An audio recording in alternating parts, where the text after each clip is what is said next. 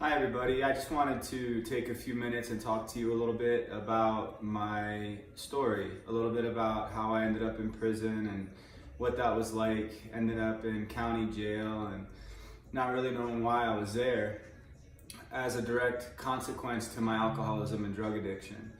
The last time that I drank alcohol, I got myself into some trouble to where I got sentenced to 8.5 years in prison, of which I had to serve 7 years. And I got into a fight with a police officer while intoxicated one night, and it was quite the experience to say the least. I woke up in county jail. I didn't really know what was going on. I could remember bits and pieces of the night before, but I couldn't remember it in any kind of coherent fashion. But I remembered enough to think to myself before I opened my eyes. I remember thinking, God, please let that have been a dream. Please let that have been a dream. And I opened up my eyes and it wasn't a dream.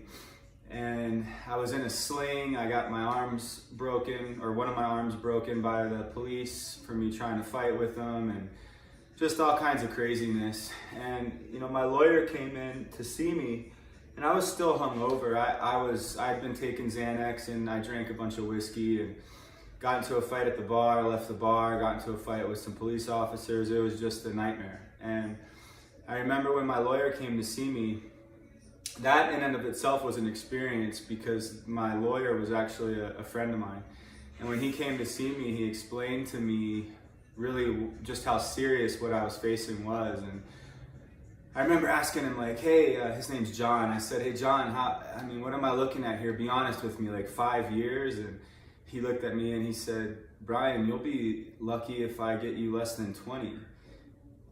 And man, that was a blow. That was a blow there. I was engaged at the time, and just prior to that, due to my alcoholism, my drinking, I had screwed up that engagement. I had let a lot of people down who I loved very, very much. And and so I was in there just picturing my ex-fiance moving on without me, and everybody out there living life and everything. And it really sucked too. On top of all of that, it actually was even worse than it could have been, because I was in a cast. I had to stay in the infirmary. So I was in a cell that had no window, no nothing. It was like what you would see in a movie. Even the light was depressing. It was like this dim green color light. Just really eerie and just really jacked up. And that was here in the state of Arizona. And I started to once I started to accept the situation, and as I got further away from my last drink by a few weeks or so, started to kind of come out of some of that fog. The gravity of the situation was just so intense. And I started going to court and started to see that I was actually going to end up with less than 20 years, but it may have worked out to have been something more like 15 years. And then I ended up signing a plea bargain for 5 to 15 year range with a presumptive sentence of 7.5 years. And I ended up getting 8.5. The presumptive was 7.5, but since the people that were involved in the felony that I was fighting against were police officers, the judge slightly aggravated my sentence and gave me 8.5 years. And I had friends, and I had a lot of friends in the audience that day, and you could just kind of hear them gasp when I got 8.5 years. And I'm there in the county orange, the county garb, and I have shackles on my ankles and things like that. And that's just that really epitomizes to me, that image epitomizes to me, just short of death, what alcoholism and drug addiction does to the individual.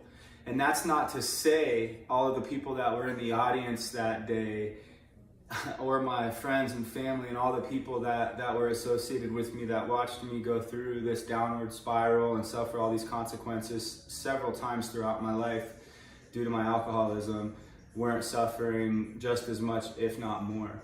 And I sometimes would try to picture someone that I really care about, like my sister, whom I love deeply. if she were to be suffering or struggling or, you know, have some kind of illness or something like that, to where there was nothing I could do, literally nothing that I could do to directly help her or save her from that, what that would feel like.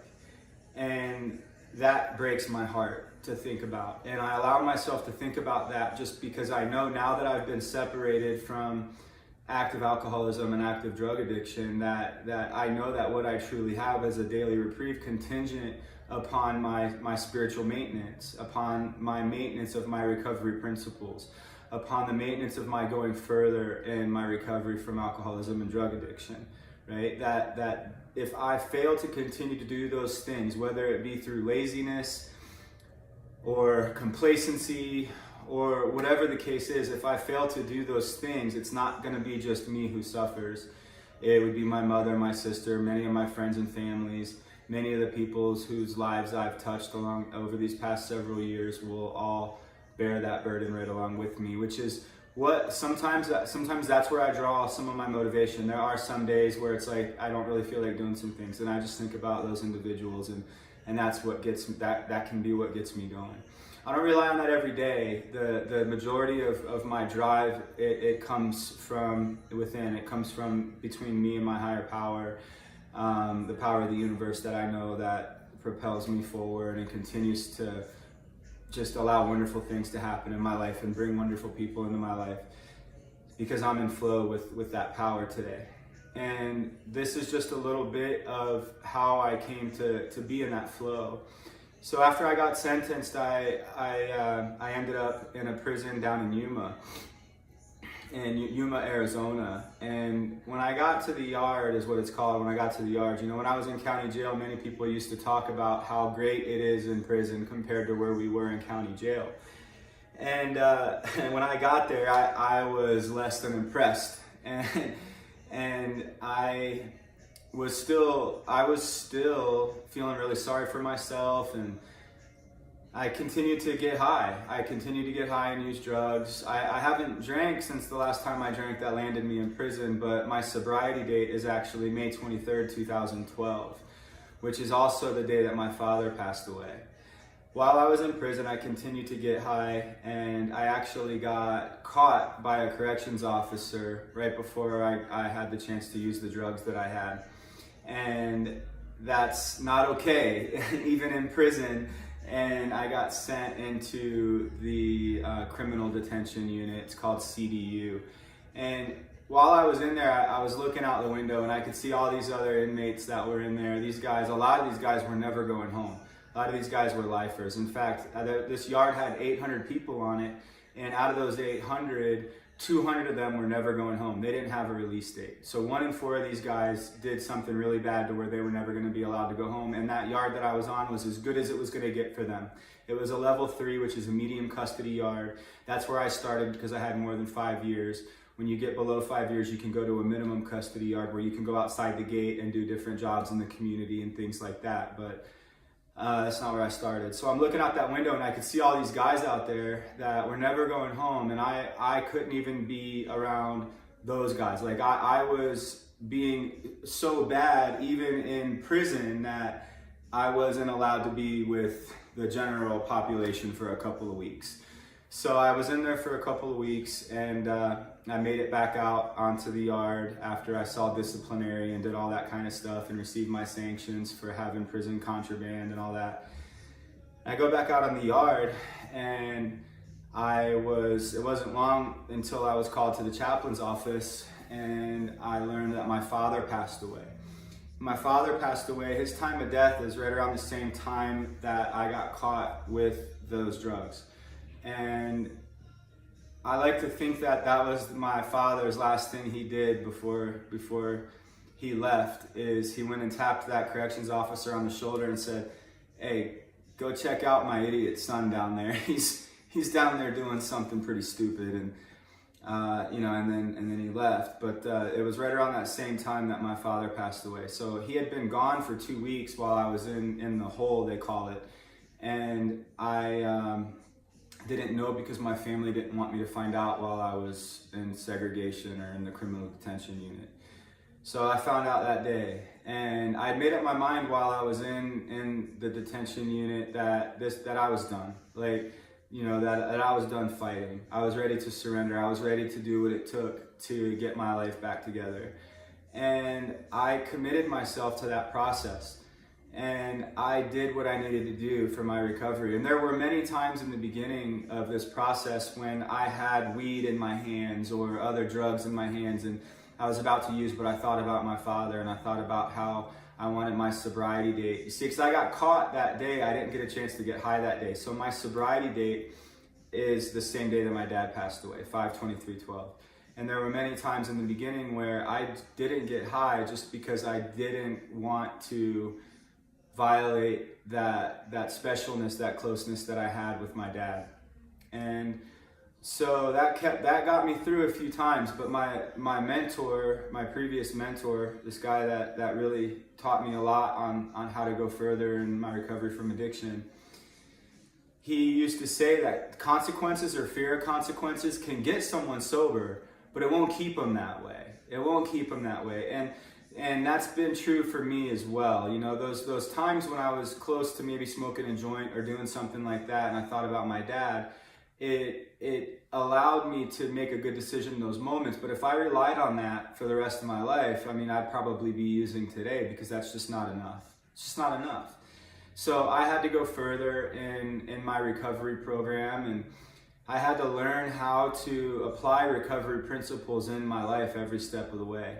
And it wasn't just about recovery. You know, I had to reorganize my entire life. I had to take a look at my whole life, and you know, I was blessed with the time to do it. And I had an abundance of time. I mean, at that point, I still had 7 years to serve in the joint before they were gonna let me out. So I started thinking about that release day. I started thinking about, what do I want that day to look like? And I was smart enough to know that I needed to attend to my recovery first. That had to be paramount to all other things, all other things in my life. And so that's what I worked on. That's what I worked on in the beginning.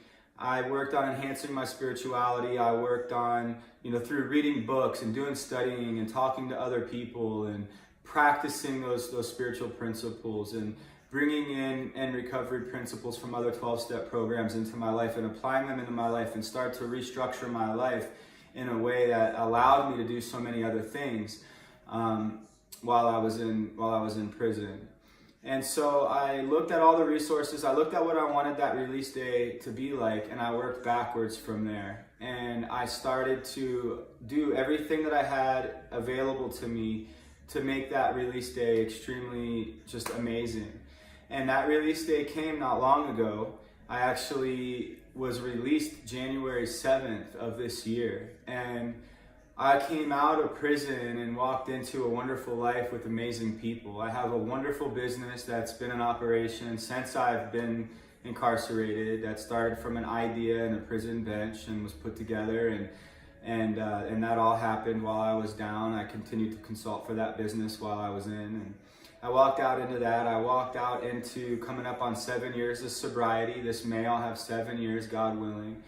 I have a feeling of ease, and I've come in contact with a few people that I've known prior to my incarceration, and they all ask, like, hey man, who are you and what'd you do with Bryan? and that makes me emotional right now to say that, because I am extremely grateful for that transformation. I love who I am today. And a lot of that appreciation comes from what I'm able to do for other people, and the fact that I genuinely do care about other people today, and I'm genuinely interested in them, which is something that I prayed for a long time. And my life story has been one of receiving through giving. It seems that the more I do for other people, the more amazing things just show up in my life. And when I can remember to get out of my own way and just allow that to happen, allow God to be in my life, detached from that ego, my life continues to grow and get better and better and better. And so for that, I can't really take much credit other than just simply being able to get out of my own way, being beaten to submission enough to get out of my own way to be here to deliver this kind of stuff to you guys. So thank you so much for your time and attention, and I look forward to bringing you more stuff and telling you more about my past. Thank you.